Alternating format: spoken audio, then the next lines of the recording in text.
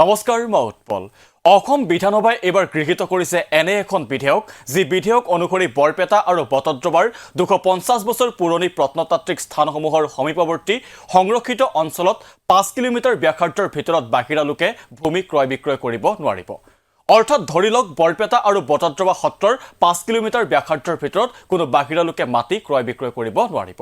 কৰিব পাৰিব কেৱল সেই অঞ্চলত তিনিটা প্ৰজন্ম বসবাস কৰা লোকেহে।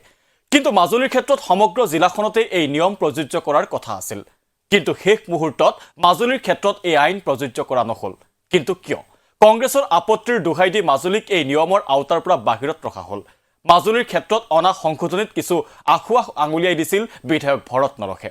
আৰু সেই ভুলকেইটা শুধৰাই এই বিধানসভাতে ভৰত নৰখে এই বিধেয়কখন গৃহীত কৰাৰ আহ্বান জনাইছিল। কিন্তু মুখ্যমন্ত্ৰী হিমন্ত বিশ্ব শৰ্মাই তাক স্থগিত ৰাখি অহা নৱেম্বৰ মাহলৈ তাক থৈ দিলে।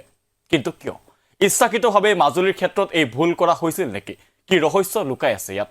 ইতিমধ্যে দি ক্ৰছ কাৰেণ্টে প্ৰকাশ কৰিছে মুখ্যমন্ত্ৰীৰ পত্নী ৰেণিকী ভূঞা শৰ্মাই মাজুলীত 18 বিঘা 4 কঠা 14 লেচা মাটি ক্ৰয় কৰাৰ তথ্য।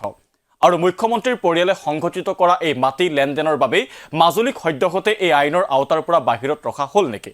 ৰাইজৰ দলৰ অভিযোগ যে মুখ্যমন্ত্ৰীৰ পত্নীয়ে এই 18 বিঘা মাটিৰ উপৰিও আৰু একাধিক মাটি মাজুলীত ক্ৰয় কৰিছে, যি মাটিৰ বৰ্তমানলৈকে নামজাৰি হোৱা নাই। মুখ্যমন্ত্ৰীৰ পত্নীয়ে ক্ৰয় কৰা এই মাটিৰ নামজাৰি নোহোৱাৰ বাবেই এই সংশোধনী আইন মাজুলীত প্ৰযোজ্য কৰাৰ পৰা বিৰত থাকিল নেকি অসম চৰকাৰ? যে নৱেম্বৰলৈকে মাজুলীক এই বিলৰ পৰা আওতাত ৰখা হল। তেলে কি হয় আওতাত ৰখা হল? ইতিমধ্যে তেখেতৰ পৰিয়ালে এই 17 বিঘা 3 কঠা 18 লেচা মাটি আৰু 1 বিঘা 16 লেচা মাটি, মুঠ 18 বিঘা 4 কঠা 16 লেচা মাটি মাজুলীত ক্ৰয় কৰিলে। তেখেতসকলৰ নামত নামজাৰি হৈ গল। তেন্তে ইমান সহজে মাজুলীক কিয় মুখ্যমন্ত্ৰী হিমন্ত বিশ্ব শৰ্মাই আওতাত ৰাখিছে? আমাৰ হাতলৈ অহা খবৰ মতে বিভিন্নজন আমাক খবৰ দিছে যে মুখ্যমন্ত্ৰীৰ পৰিয়ালৰ নামত মাজুলীত ইতিমধ্যে আৰু বহু বিঘা ভূমি ক্ৰয় কৰি থোৱা হৈছে আৰু এই ভূমিৰ এতিয়ালৈকে নামজাৰি হোৱা নাই। হয়তো তেখেতে ভাবিছিল যে এই আইন অনাৰ আগতে তেখেতৰ পৰিয়ালৰ নামত নামজাৰি হৈ যাব। হয়তো তেখেতে পিছত গম পালে যে তেখেতৰ পৰিয়ালৰ নামত নামজাৰি হোৱা নাই আৰু সেইকাৰণে সাময়িকভাৱে মাজুলীক এই আইনৰ আওতাৰ পৰা হয়তো বাহিৰত ৰাখি থোৱা হল। মুখ্যমন্ত্ৰীয়ে পৰিয়ালৰ ব্যৱসায়ৰ স্বাৰ্থত ব্যৱসায়ত সুবিধা হোৱাকৈ বিধানসভাত আইন প্ৰযোজ্য কৰে নেকি? শৰ্মাই তেখেতৰ পৰিয়ালৰ ব্যৱসায়ৰ স্বাৰ্থত, তেখেতৰ পত্নীৰ ব্যৱসায়ৰ স্বাৰ্থত, তেখেতৰ পত্নীৰ লোভৰ স্বাৰ্থত অসম বিধানসভাত অপপ্ৰয়োগ কৰিছে। অসম বিধানসভাত তেখেতসকলে আইন আনিছে। মাজুলীৰ ঐতিহাসিক গুৰুত্ব আপোনালোক সকলোৱে জানে।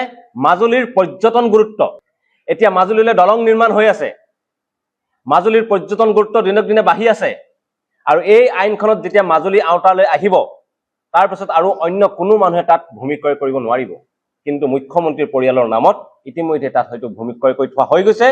আৰু তাত হয়তো পৰ্যটনৰ ক্ষেত্ৰৰ লগত থকা যিকোনো ব্যৱসায় তেখেতসকলে গঢ়ি দিব পাৰে, কাৰণ তেখেতসকলে ইতিমধ্যে পৰ্যটন ব্যৱসায়ৰ লগত জড়িত হৈছে। আপোনালোক সকলোৱে গম পায় বাণী গ্ৰীণ ৰিজৰ্ট খুলিছে। আৰু অন্য কোনো মানুহে মাজুলীত আৰু ব্যৱসায় কৰিব নোৱাৰিব। যি ব্যৱসায় কৰিব সেয়া মুখ্যমন্ত্ৰী হিমন্ত বিশ্ব শৰ্মাৰ পৰিয়ালেই কৰিব। তাৰ বন্দোবস্তি কৰিবলৈকে এই আইনখন অনা যেন এতিয়া আমি ভাবিবলৈ সন্দেহ হৈছো।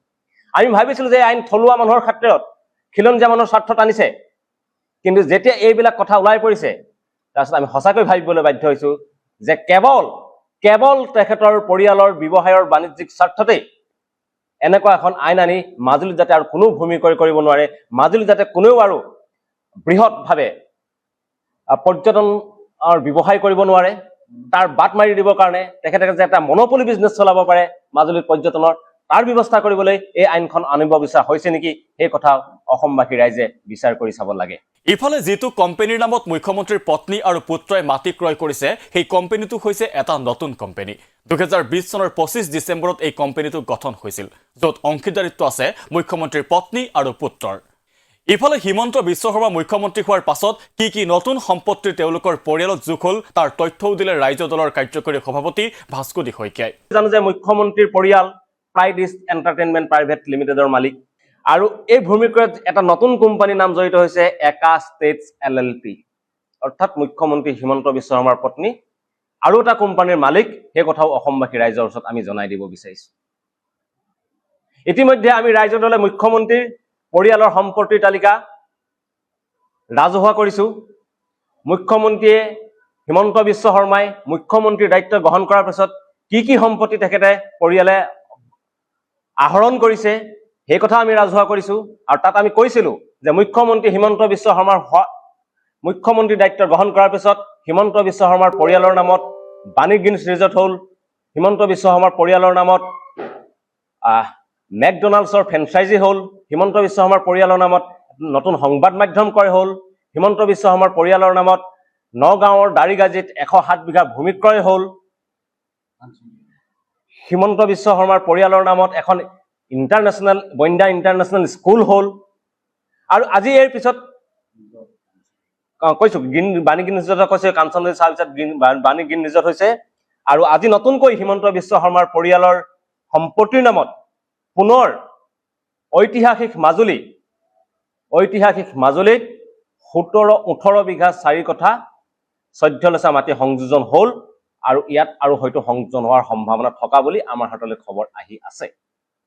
ইফালে কেৱল বৰপেটা, বটদ্ৰৱা বা মাজুলীৰ ক্ষেত্ৰতে নহয়, বহিৰাগতৰ আগ্ৰাসনৰ বিৰুদ্ধে ৰাজ্য তোলপাৰ লগাৰ সময়ত কিয় উজনি অসমৰ আন ঠাই বা জিলাসমূহতো একে নিয়ম প্ৰযোজ্য কৰা নহল?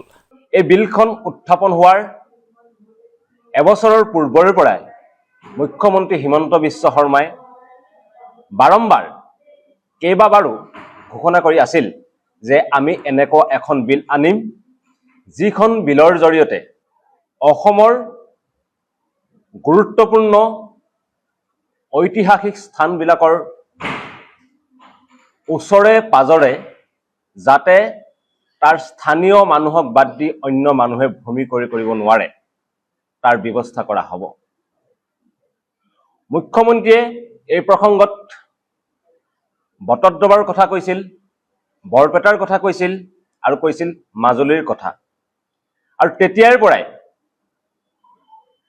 আৰু শেহতীয়াকৈ হৈ যোৱা বিভিন্ন ঘটনালৈ প্ৰেক্ষাপটত অসমৰ বহু মানুহে আৰু আমি ৰাইজৰ দলেও দাবী উত্থাপন কৰিছিলো যে এই বিলখনত কেৱল মাজুলী, বৰপেটা, বটদ্ৰৱাই নহয়, পাৰিলে গোলাঘাট, যোৰহাট, শিৱসাগৰ, চৰাইদেউ, ডিব্ৰুগড়, তিনিচুকীয়া, লখিমপুৰ, ধেমাজি এই সমগ্ৰ জিলাকেইখনকে ইয়াৰ আওতালৈ আনিব লাগে যাতে অসমৰ ভূমি বহিৰাগত মানুহে ক্ৰয় কৰিব নোৱাৰে তাৰ ব্যৱস্থা কৰিবলৈ আমি দাবী উত্থাপন কৰিছিল। কিন্তু চৰকাৰে আমাৰ এই দাবীৰ প্ৰতি গুৰুত্ব নিদিলে। প্ৰশ্নটো হ'ল, অহা নৱেম্বৰ মাহত মাজুলীৰ ক্ষেত্ৰত এই নিয়ম প্ৰযোজ্য হ'বনে? এই নিয়ম প্ৰযোজ্য হোৱালৈকে আৰু কিমান মাটি কোনে ক্ৰয় কৰিব? বহিৰাগতৰ আগ্ৰাসনৰ বিৰুদ্ধে যদি চৰকাৰ সঁচাকৈ চিৰিয়াছ, তেন্তে সমগ্ৰ উজনি অসমৰ ক্ষেত্ৰতেই এই নিয়ম প্ৰযোজ্য হ'বনে? বহিৰাগতৰ ক্ষেত্ৰত কেৱল আৱেগিক শ্লোগান দিয়া দল সংগঠনে এই ক্ষেত্ৰত চৰকাৰক বাধ্য কৰাব পাৰিবনে?